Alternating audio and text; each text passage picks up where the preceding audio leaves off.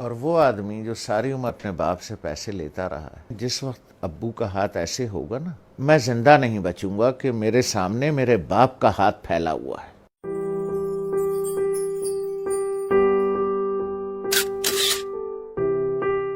تو ہم امی کے کمرے میں بیٹھے تھے، وہ اپنے سامنے بیٹھی ہوئی تھیں۔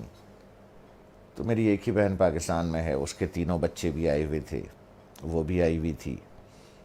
تو ادھر صوفہ رکھا تھا تو اس پہ میں بیٹھا تھا، 2 لوگوں کا صوفہ تھا ہے وہ، تو والد صاحب برابر میں بیٹھے تھے۔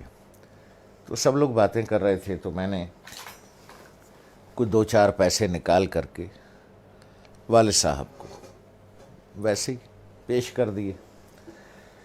تو میں نے عین اس موقع پر یہ کیا کہ جب میں سمجھا کہ کوئی نہیں دیکھ رہا ہے، ٹھیک ہے، سب اپنے اپنے گپ میں لگے ہوئے ہیں، کوئی نہیں دیکھ رہا ہے، تو میں نے اس موقع سے فائدہ اٹھا کے جلدی سے چھپا کے ابو کو،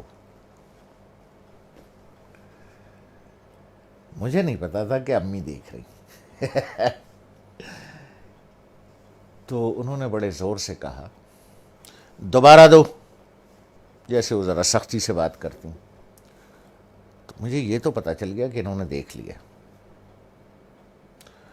تو میں سوچ رہا ہوں کہ یہ کیوں کہہ رہی ہیں دوبارہ دو۔ ان کا نواسا ساتھ بیٹھا تھا، حمزہ، جو ماشاءاللہ 6.25 فٹ کا ہے، اس وقت 6.25 فٹ کا تھا تو مجھے تو انہوں نے بہت سختی سے کہا دوبارہ دو، اور اپنے نواسے سے کہا حمزہ دیکھو ماموں نانا کو کیسے پیسے دے رہے ہیں۔ تو میں نے دوبارہ دے دیے۔ تو والدہ نے کہا کہ اب اسے بتاؤ کہ تم نے ایسے کیوں دیے۔ تو میں نے کہا دیکھو بھائی حمزہ میاں، یہ میرے والد صاحب ہیں، میں ساری عمر ان کے ہاتھ سے پیسے لیتا رہا ہوں۔ میں نے کہا حمزہ میاں، جس وقت ابو کا ہاتھ ایسے ہوگا نا تو میں تو مر جاؤں گا، میں زندہ نہیں بچوں گا کہ میرے سامنے میرے باپ کا ہاتھ پھیلا ہوا ہے، اس لیے بیٹا میں ایسے دیتا ہوں یہاں رکھ کے کہ والد صاحب یہاں سے اٹھا لیں، انہیں میرے سامنے ہاتھ نہ پھیلانا پڑے۔ جس طرح سے پرانے وقتوں میں بادشاہوں کو نظر اور نیاز دی جاتی تھی نا، یوں کر کے، اور بادشاہ اگر قبول کر لے، اٹھا لے، تو وہ نیاز قبول ہو جاتی تھی۔ جیسے آج بھی مزاروں پر ادھر ادھر پیروں کو ایسے کر کے نظر دی جاتی ہے، پیر صاحب ہاتھ لگا دیتے ہیں یا کبھی کبھی اٹھا بھی لیتے ہیں، تو سمجھیے وہ نظر اور وہ نیاز قبول ہو گئی۔ تو اس لیے میں ایسے کر کے نظر پیش کرتا ہوں، چھپا کے کہ کوئی دیکھ نہ لے ہیں کہ باپ ہاتھ پھیلا رہا ہے۔ نہیں نہیں نہیں، باپ نظر قبول کر رہا ہے، اس نے ہاتھ لگا دیا تو قبول ہو گیا۔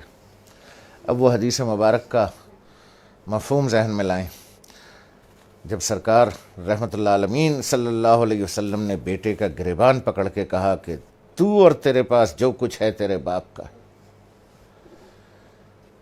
لوگ بھاگتے ہیں، میں آخری بات کروں، لوگ بھاگتے ہیں وہ فلانے پیر صاحب سے دعا کرا لیں، ہیں جی، وہ فلانے مزار پہ دعا کر لیں، وہ پیر صاحب کا جھوٹا پانی پی لیں، ہیں جی، وہ پیر صاحب کی جوتیاں اٹھا لیں، بخشے جائیں گے، ثواب ملے گا۔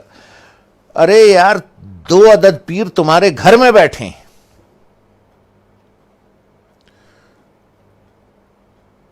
ایک عورت ایک مرد، 2 پیر تمہارے گھر میں بیٹھے ہیں یار، جا کے ان کی جوتیاں سیدھی کر،